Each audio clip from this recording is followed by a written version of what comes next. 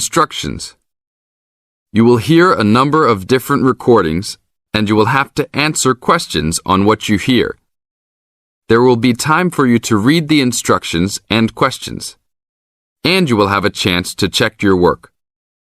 All the recordings will be played once only.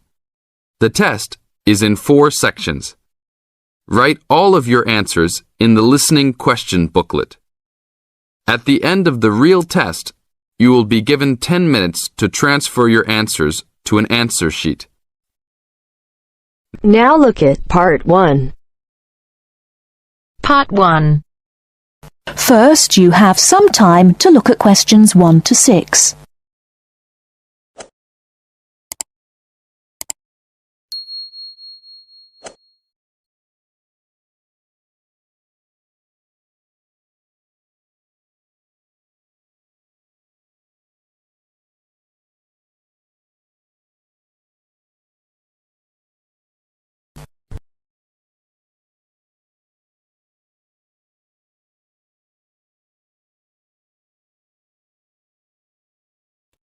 Listen carefully and answer questions 1 to 6. Good morning, Santon Sports Club. Oh, hello. I spoke to one of your colleagues last week about becoming a member of your club, and I'd like to go ahead and join. If I can do it over the phone. Absolutely. I'll start by taking a few details, if I may. Of course. What's your name? It's Alex Coos. Can you spell your surname? It's C-O-O-Z-E. Lovely, I've got that. And are you a student or in employment? Employed. Thank you. And can I ask, what's your job? I'm a doctor. Right, thanks. Now, we don't need to get your full address at this stage, but could I just take your postcode? If I can remember it. I've only just moved. Oh, yes, it's GT1. Right. And then 2BN. Is that VN? No, BN. Sorry. Now, one last question in this section. Can I just ask how you heard about us? Was it from a friend? Actually, I read about the club in a newspaper. That's fine. Thank you very much.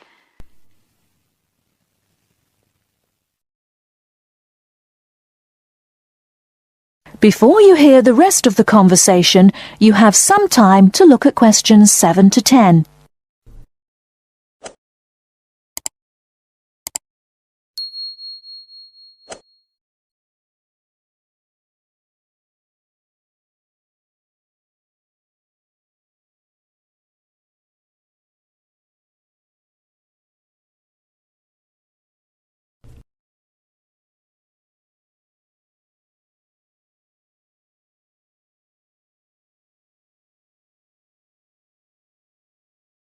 Now listen and answer questions 7 to 10.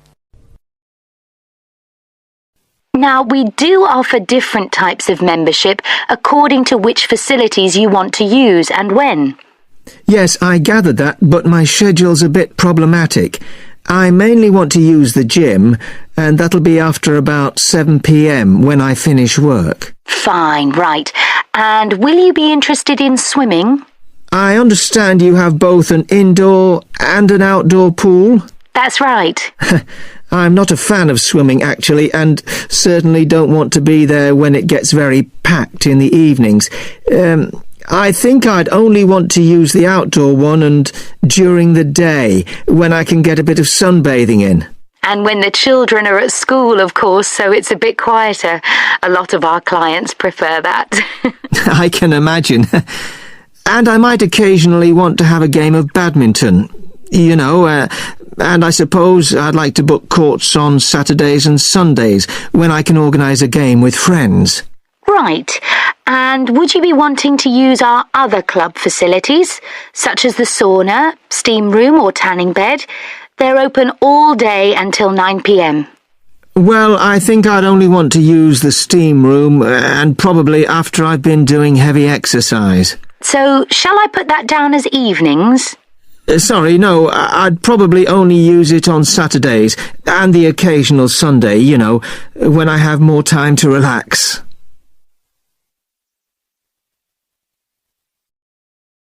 That is the end of part 1. You now have half a minute to check your answers.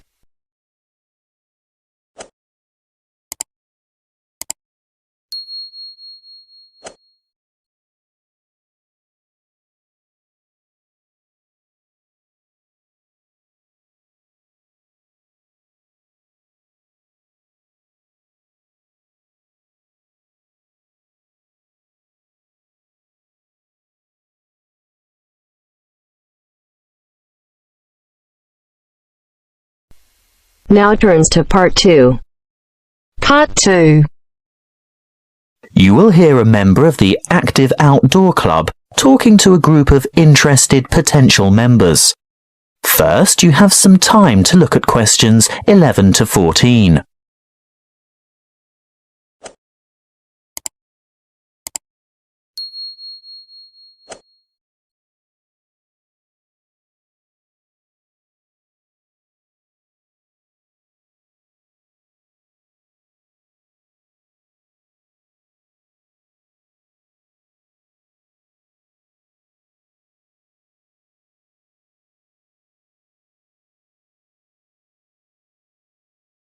Listen carefully and answer questions 11 to 14. I'd like to welcome you all to our Active Outdoor Club. I'll start by telling you a little bit about the history of the club and all that it can offer, and there will be a chance for you to ask questions over tea and coffee in the lobby afterwards. You'll also be able to pick up pamphlets from the table at the back of the hall, and if you wish to purchase any of our products, Bill will serve you at the front counter. As most of you probably know, the club was founded by Nick Noble about 30 years ago. He thought of placing an advertisement in the local newspaper or erecting a billboard somewhere, but it was the radio that he decided on to reach the most people. You know, other people who might be interested in outdoor pursuits. Just basic activities like walking or tramping. Anything active that could take place in some of the beautiful outdoor settings that this country has to offer. Nick was overwhelmed by the response he got, and the club soon grew from a dozen or so friends and enthusiasts to around 200 members 20 years ago, and steadily since then to reach a membership of over 2,500 now. You don't have to be a hardened athlete or extreme adventurer. On the contrary, it's a group that encourages friendship and fellowship through social and recreational activities. The club tries to cater for all levels of maturity and both genders. In fact, anyone who has the physical ability and a moderate level of health and fitness to participate in open-air activity on a regular basis. I think our youngest member is a 5-year-old boy, and our oldest member is a 75-year-old man. Of course, we have more challenging opportunities for those who are up to it, but all excursions are graded according to level of difficulty, and there will always be something for those families with small children. More about that later. I'm sure you realise that it's part of the focus of the club to ensure that our natural environment is kept as pristine as possible. We all have a keen interest in conservation, and many of our members contribute their time or give a monetary donation to organisations that work to enhance and beautify our natural heritage. Before you hear the rest of the talk, you have some time to look at questions 15 to 20.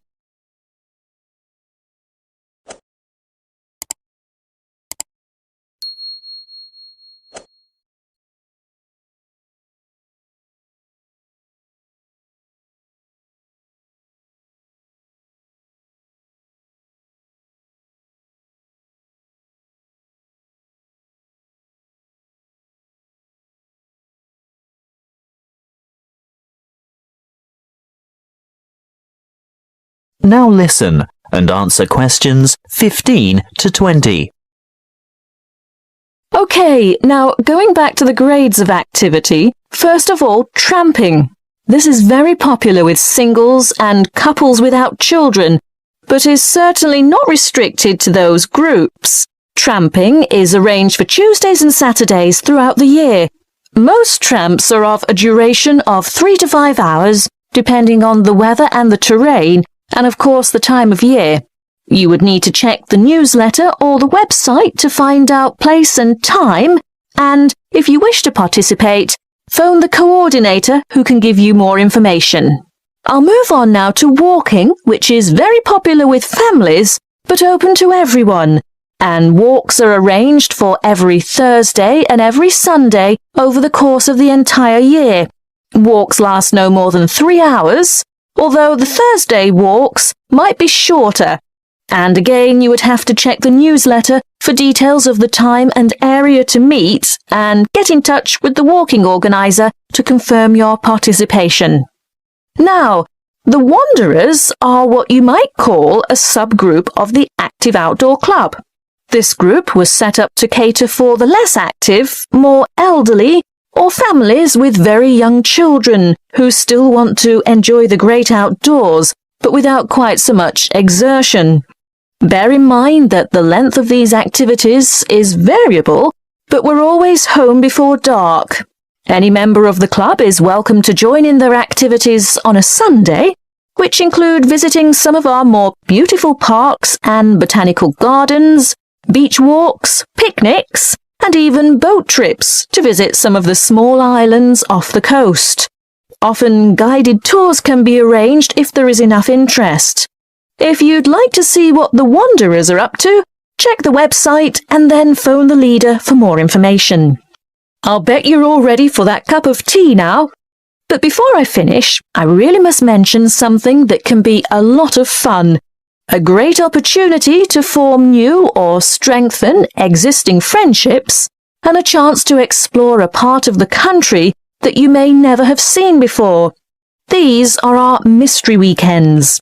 The committee puts a lot of time and effort into the organisation of these weekends away, not only for health and safety reasons, but also to ensure that everything runs smoothly and everyone has a good time. There will be a charge to cover travel and accommodation costs, but apart from that, it's an affordable and exciting weekend away from the city. For more information, call the chairman of the committee. You'll find his phone number in the newsletter. So, that's all I have to say at this point. Please enjoy the refreshments, chat with the others, and feel free to ask questions. All the committee members are wearing large red name badges, so they're easy to find. That is the end of part 2. You now have half a minute to check your answers.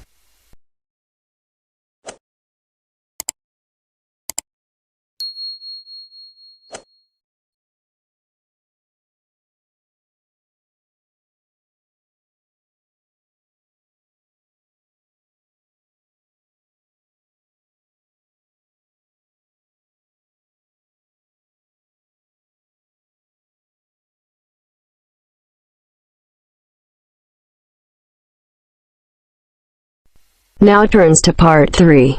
Part 3. You will hear a talk about safety in different regions. First, you have some time to look at questions 21 to 24.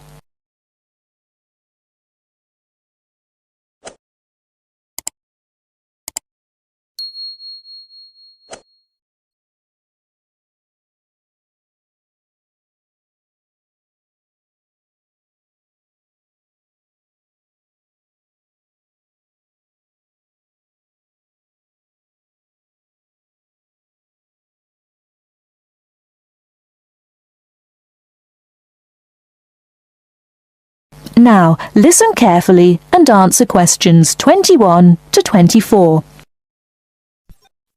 Good evening, everyone.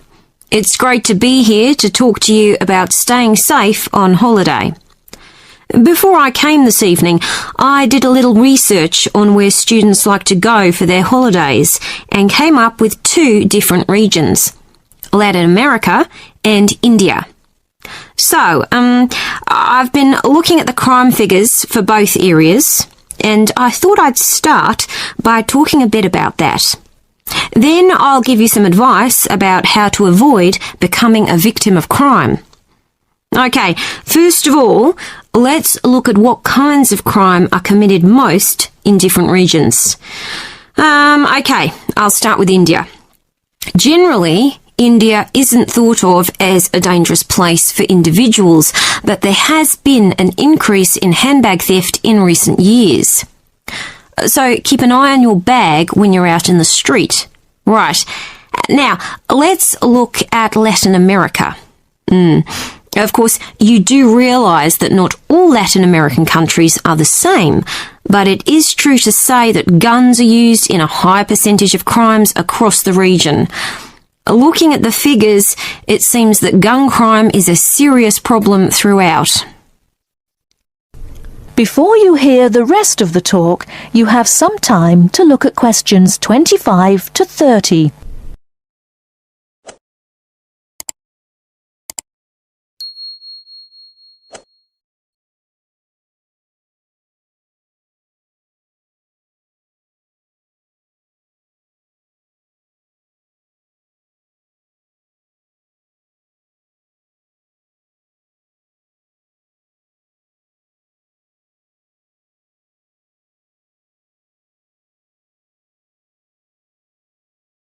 Now listen and answer questions 25 to 30. I can see some of you are thinking that it all sounds rather dangerous, but I know lots of people who've been there and had a really great time. They followed advice from the authorities, like making sure they didn't wear expensive jewellery in the street. And I'd certainly advise anyone travelling to Latin America to do the same. Another thing you should be careful of is not to go to lonely places at night. But of course, that's the same anywhere. But I must say, you do have to be very careful in some parts of Latin America when you take your money out of a cash machine. Sometimes you find that thieves stand very close to people at cash machines and take their money as it comes out. Okay, so now I'll finish by talking a little bit about India. I've actually been to India, and I didn't have any feeling that it was dangerous at all. First of all, I went on an organised tour with a group of people. This is definitely the best way to go because it's so much safer. I mean, I didn't go anywhere without the group, and we had a tour guide who spoke the local language and knew the area. In fact, I remember now, she warned us not to go off with strangers, even if they seem nice and friendly. But again, you wouldn't do that at home either, would you? That is the end of part 3. You now have half a minute to check your answers.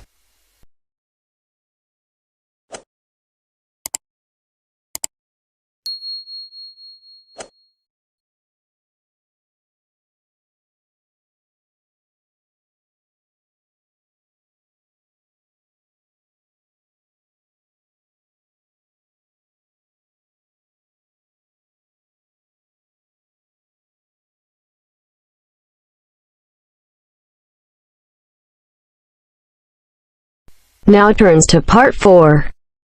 Part 4. Section 4. You will hear a lecture on volcanic activity and its effect on the atmosphere. First, you have some time to look at questions 31 to 40.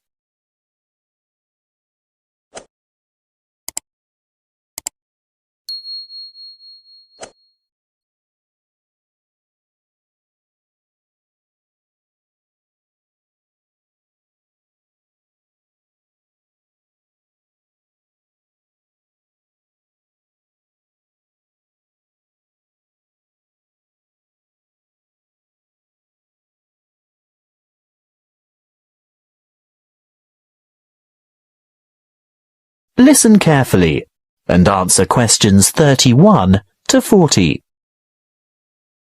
Good morning, everyone. In these environmental science lectures, I guess you're all used to hearing about global warming. Well, I'm here today to talk to you about one particular volcano and its effect of global cooling. I'll begin by going back a little bit in time. Towards the middle of 1991, the second largest volcanic eruption of the last century occurred in the Philippines, not far from the capital city, Manila, on the island of Luzon. Mount Pinatubo belongs to a chain of volcanoes in the area, and this was by no means its first eruption. There is evidence of eruptions from approximately 500, 3,000 and 5,500 years ago.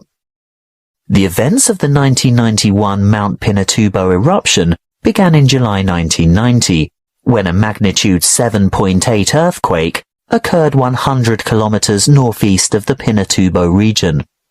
The sleeping giant was reawakened, but few people had any idea of what was in store for them. In mid-March 1991, many earthquakes were experienced around Mount Pinatubo, and this is when volcano scientists, or volcanologists as they are called, started their investigation of the mountain. Before the disaster, thousands of people lived in very close proximity to the mountain, and on April 2nd, small explosions from vents near the crater dusted their villages with ash. This resulted in the order for evacuations of 5,000 people later that month. Earthquakes and explosions continued to harass the residents, and on June 5th, a level 3 alert was issued for 2 weeks because of the possibility of a major eruption. However, the appearance of a large amount of lava protruding from the mountain on July 7th led to the announcement of a level 5 alert on June 9th, indicating an eruption in progress. An evacuation area within 20 kilometers of the volcano was established, and this time 25,000 people were evacuated. On the following day, Clark Air Base was evacuated, and the danger radius was extended to 30 kilometers from the volcano, resulting in the total evacuation of 58,000 people. On June 15th, just after midday, the eruption of Mount Pinatubo commenced and lasted 9 hours, causing numerous major earthquakes due to the collapse of the land at the top of the mountain and the creation of a huge caldera. What's a caldera, I hear you say? Well, it's obvious really. With a huge eruption such as this, where enormous amounts of material have exploded into the air, the summit falls into what is now an empty chamber, and thus forms a large crater. As luck would have it, as the eruption was taking place, a tropical storm was passing just to the northeast of Mount Pinatubo, bringing a lot of rainfall to the area. The dust and cinders that had been thrown up into the atmosphere combined with the water vapor from the storm to cause a rainfall of tephra that fell across the whole island of Luzon. Most of the people who perished during the eruption did so because of the weight of the ash collapsing roofs and killing the occupants of the houses. If it hadn't been for that passing storm, the death toll would certainly have been much lower. But that's not all. Besides the ash, Mount Pinatubo expelled between 15 and 30 million tons of sulfur dioxide gas. Can you guess what happened next? Yes, the sulfur dioxide mixed with water and oxygen in the atmosphere to become sulfuric acid, which is a major contributor to ozone reduction. The eruption plume from Mount Pinatubo reached high into the atmosphere, attaining an altitude of 34 kilometers, and the resulting aerosol cloud spread around the Earth in 2 weeks and had covered the planet within a year. During the years 1992 and 1993, the ozone hole situated over Antarctica reached an unprecedented size. The cooling effects of this cloud over the Earth were remarkable. It reduced global temperatures considerably. In the United States, for example, we experienced our third coldest and third wettest summer in 77 years during 1992. That is the end of section 4. You now have half a minute to check your answers.